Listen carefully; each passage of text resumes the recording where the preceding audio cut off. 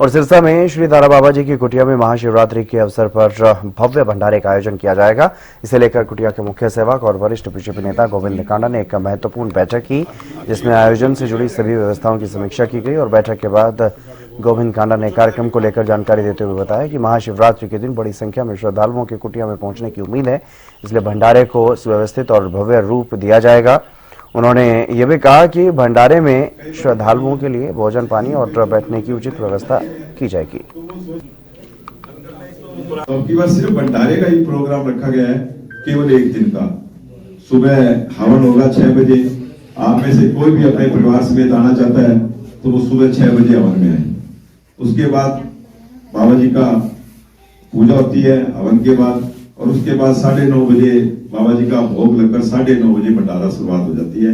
और फिर वो बाबा जी की इच्छा के हिसाब से चलता है, कितनी देर चलता है, जितनी देर बाबा जी चाहते हैं उतनी देर वो भंडारा चलता है। तो आज सभी को बाबा जी के आशीर्वाद से आपने यहाँ तारा बाबा कुटिया के अंदर आपने टाइम दिया। बाबा जी का मैं तो ये कहूँगा बाबा जी से कि अपने भक्तों पे, अपने सेवकों पे जितना इन्होंने आज कुटिया में टाइम दिया है, इन पे अपना आशीर्वाद बनाए रखना कि ये दिन दुगनी रात चौगनी तरक्की करते रहें। और आपने जो ड्यूटी ली है, मैं आपको फिर रिक्वेस्ट करता हूँ, प्रार्थना करता हूँ कि आप ड्यूटी ली है तो जरूर आना, क्योंकि आपके पीछे कितने भगत, कितने लोग वो दिक्कत में आ जाते हैं। आप ना लो कोई दिक्कत नहीं, अगर ली है तो कंप्लीट जरूर करना। बाबा जी की जय। बाबा तारा जी का जन्म फागुन की शिवरात्रि को हुआ था, बरमलीन सावन की शिवरात्रि को हुए थे। बाबा तारा जी शिव के अवतार थे, भोलेनाथ का ही स्वरूप थे, और उनको हर बात का पूरी दुनियादारी की उनको खबर रहती थी और पूरी दुनियादारी के बारे में वो जानते थे। और वो हमारे बीच में, हमारे सिरसा में थे। ये बहुत बड़ी आशीर्वाद है सिरसा के लिए। सिरसा की धरती भी अपने आप में शिवालय की धरती मानी जाती है। मैंने एक बार किसी से इतिहास के बारे में पूछा था तो मुझे बताया गया था कि यहाँ जो सिरसा की धरती है, यहाँ बड़े बड़े संत, बड़े बड़े महात्मा, जो सिरसा एक संतों की नगरी कहलाई जाती है, ये अपने आप में एक शिवालय की धरती है। और यहाँ शिव भगवान अपने आप में विराजमान है। और सबसे बड़ी बात है कि जहाँ तारा बाबा जी की कुटिया है, इसके नीचे से भी इतिहास बताता है कि माँ सरस्वती नदी इसके नीचे से जाती है। कभी पुराने टाइम में माँ सरस्वती नदी यहाँ से जाती थी। तो बाबा तारा जी भी यहाँ आकर बैठे हैं, शिव स्वरूप, बड़ा आशीर्वाद है। और उनकी हर शिवरात्रि पर, चाहे वो फागुन की शिवरात्रि है चाहे सावन की, अब 15 फरवरी को शिवरात्रि आ रही है। उस शिवरात्रि पे विशाल भंडारे लगाए जाते हैं, विशाल आयोजन होते हैं। शिवरात्रि पे विशाल कथाएं होती है।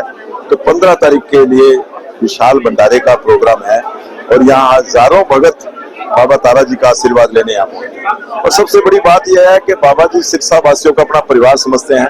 मैंने आज अभी मीटिंग में भी ये बात बताई है कि बाबा तारा जी जो पूरे भारतवर्ष, जो ऋषि मुनियों की नगरी है भारतवर्ष, अपने आप में एक ऐतिहासिक भारतवर्ष है, जहाँ संतों की, फकीरों की पूजा बहुत होती है, महात्माओं की, भगवान की मंदिरों में।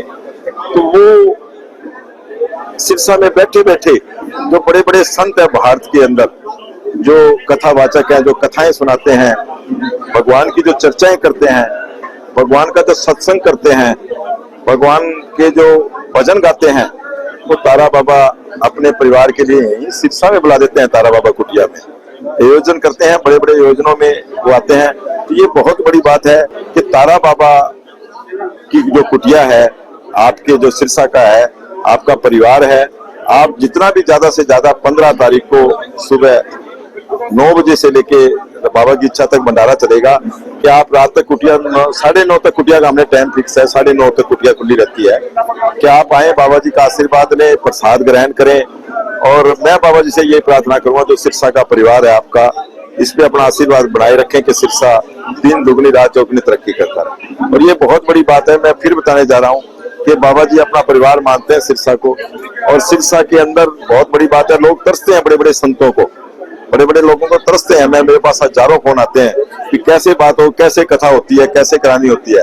आप पूरा हरियाणा है, पूरे हरियाणा में देखिए आज तक प्रदीप मिश्रा जी कहाँ कहाँ गए, और आपके पास 2 बार कर चुके, तीसरी बार का तो चलो कैंसिल हो गया, जुलाई में आ जाएंगे। तो ये बहुत बड़ी बात है। तो आप सभी परिवार से मेरी प्रार्थना है कि आप अन्यथा में ना लें, और ज्यादा से ज्यादा 15 तारीख को बाबा तारा जी की कुटिया में हाजिरी दें, उनका प्रसाद ग्रहण करें, उनसे आशीर्वाद लें। तो जो कथा मिली थी वो 27 जनवरी से 2 फरवरी मिली थी, लेकिन सर्दी को ज्यादा देखते हुए, क्योंकि लाखों लोग, लाखों भगत आते हैं कथा सुनने श्री प्रदीप मिश्रा जी की, तो मैं तारा बाबा कुटिया में अगर कोई भगत आता और मैं उनको नहीं देख सकता ठंड में मरता हुआ, तो मैंने इस विषय में इसका तारीख को कैंसिल करवाया है, जो जुलाई में आएगी। अब की बार सिर्फ भंडारे का आयोजन किया जाएगा, जहां लाखों लोग आकर बाबा जी का आशीर्वाद लेते हैं, भंडारे का प्रसाद ग्रहण करते हैं। उसी के बारे में आज मीटिंग थी और सभी को अपने अपने सेवकों को ड्यूटियां लगा दी गई है कि जो ये योजना है बाबा तारा जी के आशीर्वाद से बड़ा सफल पूर्वक निकले। तो 15 तारीख को मैं फिर प्रार्थना करता हूं मेरे शिक्षा के परिवार से कि ज्यादा से ज्यादा बाबा जी का दर्शन करें, बाबा जी का प्रसाद